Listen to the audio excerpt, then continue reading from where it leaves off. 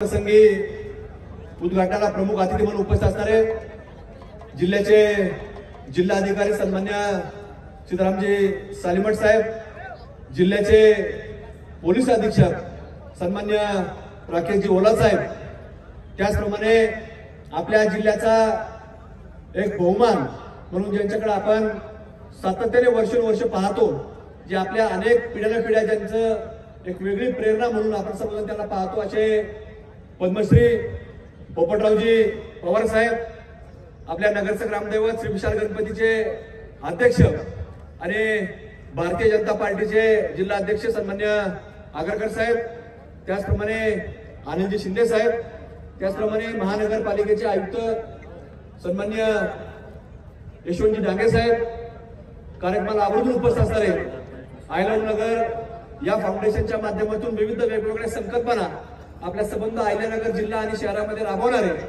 उद्योजक सन्मान्य नरेंद्र भाऊ फिरोदिया, कार्यक्रमाच्या निमित्तानं मंचावरती उपस्थित असणारे कुस्ती क्षेत्रामधील अनेक मान्यवर, विशेष करून 2 महाराष्ट्र केसरी या ठिकाणी आवर्जून उपस्थित असणारे हिंद केसरी व आपल्या या कुस्तीगीर संघटनेचे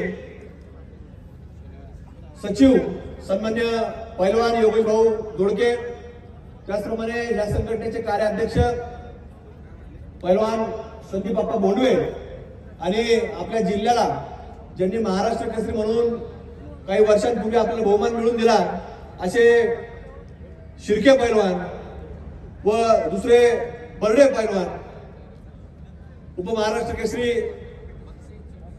काशीद पैलवान व त्याच प्रकारे महाराष्ट्र केसरी किताब पटकावलेले पैलवान सैजी चौस असतील, असे अनेक कुस्ती क्षेत्रामध्ये नावलौकिक असणारे अनेक मान्यवर आज या मंचावरती आपल्या सर्वांच्या विनंतीला मान देऊन या ठिकाणी आलेले आहेत. राजकीय पक्षाचे असतील, विविध सामाजिक संघटनांचे पदाधिकारी असतील, अनेक मंडळी, अनेक मान्यवर या ठिकाणी उपस्थित आहे. मी नामोल्लेख करत कोणाचा वेळ घेणार नाही. महिला भगिनी देखील या ठिकाणी आज आपल्या अनेक याच्यामध्ये आलेल्या आहेत. त्यामुळे आपल्या सर्वांचंच अंतःकरणापासून या संघटनेचा नगरचा अध्यक्ष या नात्यानं आपल्या सर्वांचं आमच्या अहिल्यानगरमध्ये मनपूर्वक असं हार्दिक असं स्वागत करतो. आज आपली ही स्पर्धा संपन्न होती, याचा उद्घाटन सोहळा संपन्न होतोय. आज एक मोठ्या प्रमाणामध्ये याचं ही महाराष्ट्र केसरी म्हटलं तर या कुस्ती क्षेत्रामधल्या शौकीन मंडळी असतील, पैलवान मंडळी असतील, या सर्वांचं लक्ष लागतं असतं.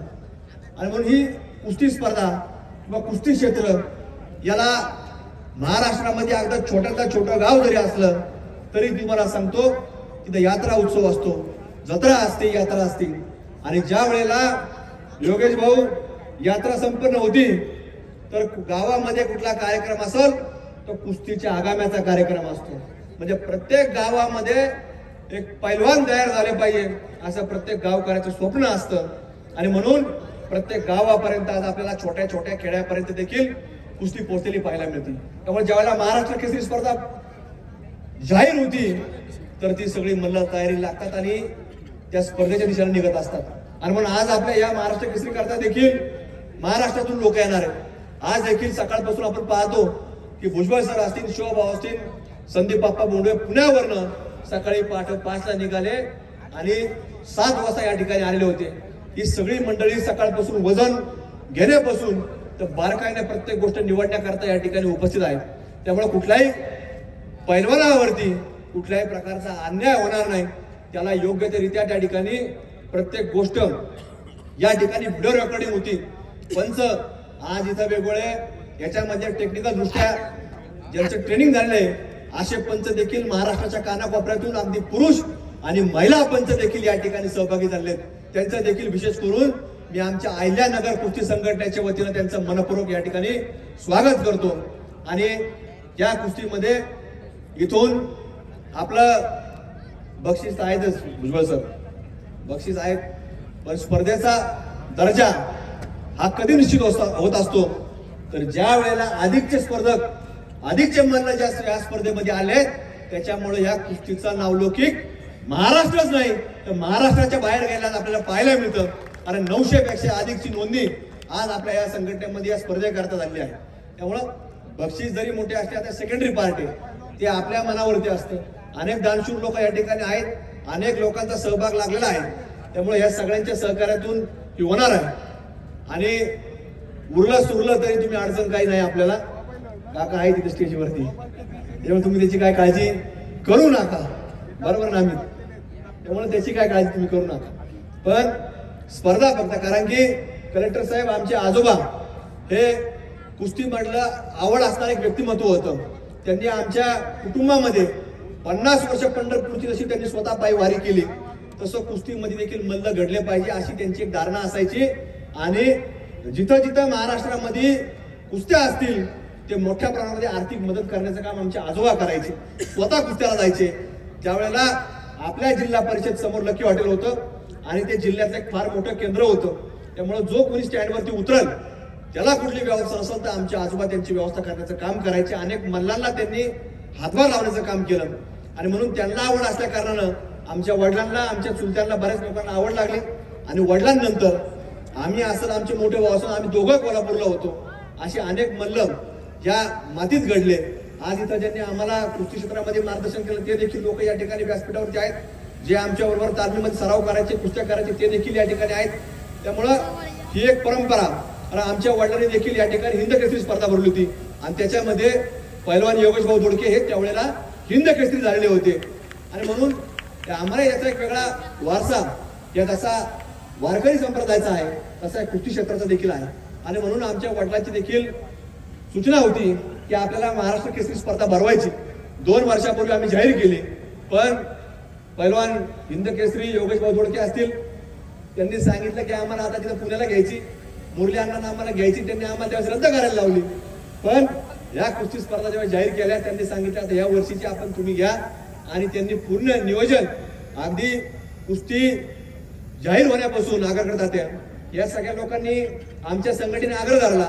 आम्ही त्यांच्याकडे प्रयत्नशील होतो की नगरला आता आमचा बहुमान मिळाला पाहिजे.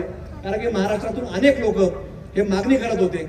आताच नुकत्याच विदर्भामध्ये महिलांच्या महाराष्ट्र केसरी झाल्या, त्यांची देखील मागणी होती की आम्हाला महाराष्ट्र केसरी मिळाली पाहिजे. पण संघटनेने त्यांना सांगितलं का तुम्ही महिलांची घ्या, नगरला आम्हाला द्यायची. त्यामुळे या संघटनेने नगरला आम्हाला ती मान्यता दिली. आणि त्यामुळे आपल्या अहिल्यानगर जिल्ह्यामध्ये आपल्या वाड्या पार्कच्या या भूमीमध्ये आज ही महाराष्ट्र केसरी स्पर्धा पार या वर्षी संपन्न होती. आपलं तसं नगरचं आणि कुस्तीचं आता फार जुनं आहे. अनेक मल्ल नगरच्या भूमीतून देखील घडलेले आहेत. आणि आता तसं पाहायला गेलं तर 2014 मध्ये एकदा महाराष्ट्र केसरी झाली, त्याच्या पूर्वी एकदा झाली आणि आता 2025 हे 3रं वर्ष आपलं आहे की महाराष्ट्र केसरी या वर्षी या ठिकाणी या भूमीमध्ये संपन्न होती. त्यामुळं ह्या स्पर्धा जरी संपल्या तरी कुस्तीमधलं कार्य, पैलवान मंडळींमधलं कार्य हे आपल्याला सातत्याने पुढच्या काळामध्ये सुरू ठेवावं लागणार आहे. कारण की जो मनुष्य हा मातीशी जोडला जातो तो एक चांगल्या रीतीने समाजामध्ये एक पुढच्या काळामध्ये संस्कार देखील घेऊन पुढे जात असतो. आणि ज्याला संस्कार मिळतात तो मनुष्य प्रत्येक क्षेत्रामध्ये यशस्वी होत असतो. कारण की कुस्तीमध्ये जो पैलवान असतो, जो तालीम करतो, त्याला वस्ताद पहिली शिकवतात की समोरचा वडीलधारी माणूस आला तरी त्याच्या पाया पडलं पाहिजे. त्यामुळे ही पाया पडण्याची परंपरा कुस्तीच्या लाल मातीतून मिळते आणि ती प्रेरणा मनुष्य प्रत्येक क्षेत्रामध्ये पुढे घेऊन जात असतो. त्यामुळे कुस्तीतला लाल मातीतला मनुष्य हा कुठल्याही क्षेत्रात असतो तो मोठा होत असतो. आणि असे अनेक उदाहरणं हे महाराष्ट्रात नाही तर देशभरामध्ये आपल्याला पाहायला मिळतात. आणि म्हणून देशामध्ये प्रसिद्ध असणारा खेळ हा कुस्तीचा खेळ आहे. पण हा महाराष्ट्रामध्ये याला एक फार मोठं वेगळं महत्व आहे. त्यामुळं जसं आज या महाराष्ट्र सरकार असेल, केंद्र सरकार असेल, यांच्या माध्यमातून आता आरक्षण मिळतंय, क्रीडा क्षेत्रामध्ये आरक्षण मिळतं. जो महाराष्ट्र केसरी होईल त्याला शासनामध्ये केंद्र सरकार किंवा राज्य सरकारमध्ये नोकरी मिळते. पण आता पुढच्या काळामध्ये योगेश भाऊ आपल्याला मागणी करावं लागणार सरकारकडे की महाराष्ट्र केसरीला आता नोकरी मिळतीच, पण जो दुसरा येईल, जो तिसरा येईल, याला देखील कुठेतरी सरकारने शासन सेवेमध्ये रुजू करून घेतलं पाहिजे. अशी एक मागणी आपल्या पुढच्या काळामध्ये करावं लागणार आहे. कारण की महाराष्ट्रामध्ये पैलवान म्हटलं तर त्याला अगदी तुम्हाला सांगतो हालाकीची परिस्थिती असते. ग्रामीण भागामधला एखादा मल्ल असेल त्याला इथं खुराक पाण्याची व्यवस्था नसती, त्याला राहण्यापासून खाण्यापासून सगळ्या सुविधा या कुठेतरी अनेक लोक स्पॉन्सर म्हणून त्या ठिकाणी गावकरी असतील, काही दानशूर मंडळी असतील हे प्रयत्न करत असतात. त्याला तो एक त्याला खर्चाचा एक चांगला एक भाग म्हणून त्याच्या पाठीमागे उभा राहत असतात आणि त्यातनं मल्ल घडतात. आज अनेक दानशूर मंडळी आलेले आहेत. त्यामुळं ज्याला ज्याला होईल त्यांनी आपल्या कुठं संस्था असतील त्या संस्थेच्या माध्यमातून आपण कुठेतरी अनेक वेगवेगळ्या एक एक म्हणलं तरी आपण कुठेतरी त्यांनी तो दत्तक घेतला पाहिजे. जोपर्यंत सराव करतोय, जोपर्यंत कुस्त्या करतोय, त्याला आपण कुठेतरी एक त्याच्या पाठीमागं राजआश्रय उभा केला पाहिजे, आर्थिक दृष्ट्या त्याला मदत केली पाहिजे. फार खर्च नाही, पण होईल तेवढं आपण योगदान या कुस्ती क्षेत्रामधल्या मला जर दिलं तर ते पुढे घेऊन जाण्याकरता मदत होत असते. पण आजची ही स्पर्धा ही त्या दिशेनं आपली पुढे चाललेली आहे.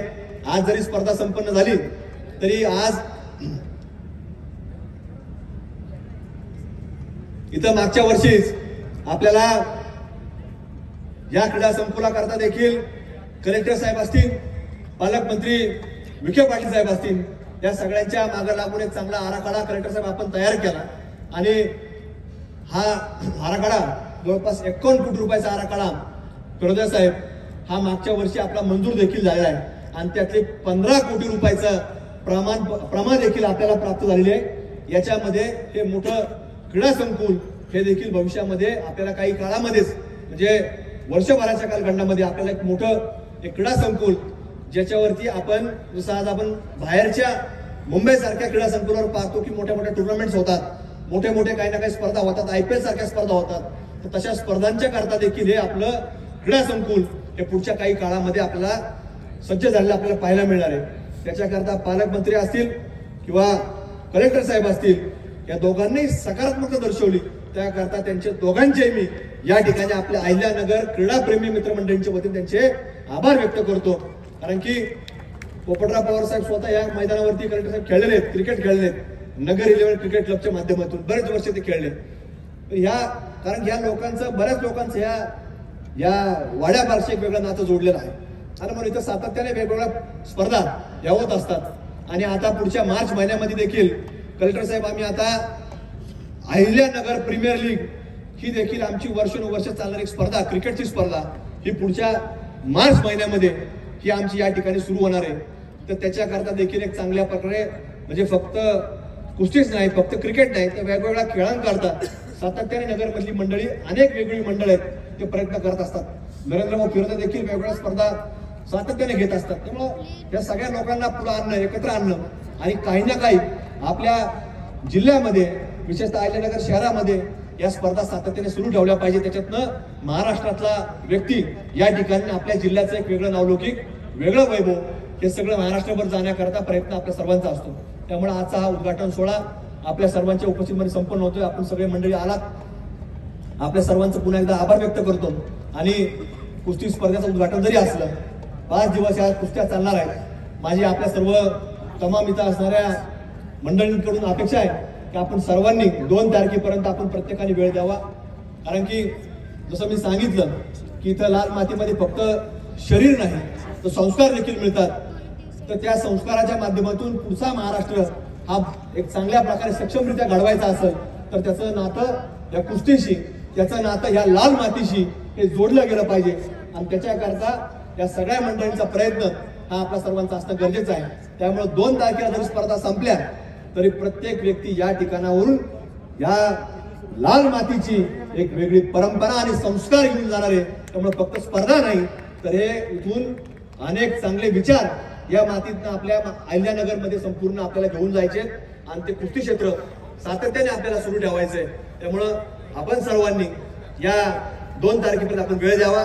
अनेक मल्ल या ठिकाणी आले, त्यांचं देखील आमच्या या अहिल्यानगर शहराच्या वतीनं, आमच्या सर्व उपस्थितांच्या वतीनं त्यांचं मनपूर्वक या ठिकाणी स्वागत करतो. आपल्या सर्वच खेळाडूंना या स्पर्धेकरता मनपूर्वक अशा शुभेच्छा व्यक्त करतो. ज्यांचे नावं घेतले नसतील त्यांची दिलगिरी व्यक्त करतो. कारण थोडासा उशीर झाला, सगळे मंडळी आले, बरेच